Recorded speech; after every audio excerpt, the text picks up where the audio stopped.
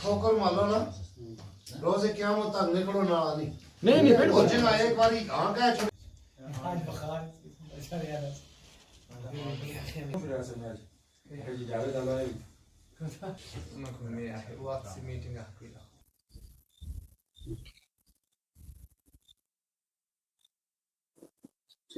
دیکھیں، سب سے پہلے میں شکریہ ادا کرتا ہوں اپنی پارٹی کا، اپنے پارٹی پریزیڈنٹ جناب سید محمد الطاف بخاری صاحب کا، کہ انہوں نے مجھ پہ بھروسہ کیا، اعتماد دکھایا، مجھے اس قابل سمجھا کہ میں اس میدان میں اتر سکتا ہوں اور لڑ سکتا ہوں۔ اس کے بعد میرا یہی ایک پیغام بھی رہے گا اپنے بانڈی پورہ کی عوام سے کہ نئی سوچ، نئے چہرے کا ساتھ دیں، مجھے سپورٹ کریں، مل جل کے بانڈی پورہ کو ایک خوشگوار اور پھلتا پھولتا بانڈی پورہ بنائیں۔ دیکھیں، بی جے پی ایک الگ جماعت ہے، ہم ایک الگ جماعت ہیں۔ جس دن سے ہماری پارٹی کا وجود ہوا ہے، اس کا وجود قائم ہوا ہے، تب سے ہم پہ یہ تہمتیں لگائی گئی کہ ہم بی جے پی کی ٹیم ہیں، لیکن وقت نے خود یہ ثابت کر دیا کہ ہمارا بی جے پی کے ساتھ دور دور تک کوئی نہ تعلق ہے نہ ہوگا۔ جو لوگ ہمارے خلاف سازشیں کرتے رہے وہ خود بی جے پی کی ٹیمیں بنے۔ آپ نے دیکھا ہوگا حالیہ دنوں میں اگر ہم بی جے پی کے ساتھ ہوتے تو بی جے پی ہمارے کداور لیڈر جناب چودھری ذوالفقار صاحب کو، جو رجوری ڈسٹرکٹ میں بدل کوٹرنگ کا کانسٹیچنسی سے لڑتے ہیں الیکشن، انہیں وہاں سے نکال کے بی جے پی لے گئی۔ اگر ہم بی جے پی کی ٹیم ہوتے تو وہ کیوں نکالتے انہیں؟ وہ کہتے ہماری ٹیم میں ہیں، رہنے دو، کل بھی ہمارے ہیں، آج بھی ہمارے ہیں۔ لیکن انہوں نے بھی ہماری پارٹی کو توڑنے کی کوشش کی، نیشنل کانفرنس بھی ہماری پارٹی کو توڑنے کی کوشش کر رہی ہے، اور دیگر جماعتیں اور کچھ باقی لوگ ہیں جو ہماری پارٹی کو توڑنے کی کوشش کر رہے ہیں۔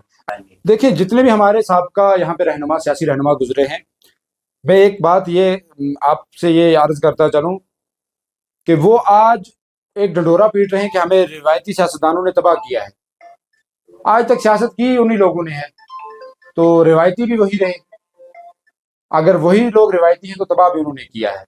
باقی رہی بات جہاں تک بانڈی پورہ میں کام کی یا بانڈی پورہ کی ترقی کی، تو مجھے نہیں لگتا کہ بانڈی پورہ میں کوئی ترقی ہوئی ہے۔ ایک ڈسٹرکٹ ہاسپٹل ہمارے پاس، وہ بھی اس کا بھی برا حال ہے، اس کے نام پہ بھی سیاستیں ہوتی ہیں۔ بانڈی پورہ کی روڈیں جو ہیں، جتنی بھی روڈز ہیں، آپ چاہے وہ آپ انٹر ولیج روڈ دیکھیں جو ولیج کو کنیکٹ کرتی ہیں، چاہے آپ ہل ایریاز کی ہوں، چاہے نیچے ہمارے مین لینڈ کی جو روڈیں ہیں، آپ ان کی حالت دیکھیں، خستہ حالت میں۔ اسکولوں کی حالت دیکھیں، کہیں پہ تو بلڈنگیں نہیں ہیں، اور کہیں اگر کوئی بلڈنگ ٹوٹی پھوٹی ہے وہاں پہ ٹیچر نہیں ہے۔ ہیلتھ سیکٹر کی بات کریں ہم، تو ہمارا جو ہیلتھ سیکٹر ہے وہ اس وقت اس کی تو آپ خستہ حالت کی بات ہی نہ کریں۔ 5 6 پنچایتوں میں ایک ہیلتھ سینٹر، ایک ڈسپینسری ہے، وہاں پہ بھی نہ دوائیاں ہوتی ہیں نہ ہی سٹاف ہوتا ہے۔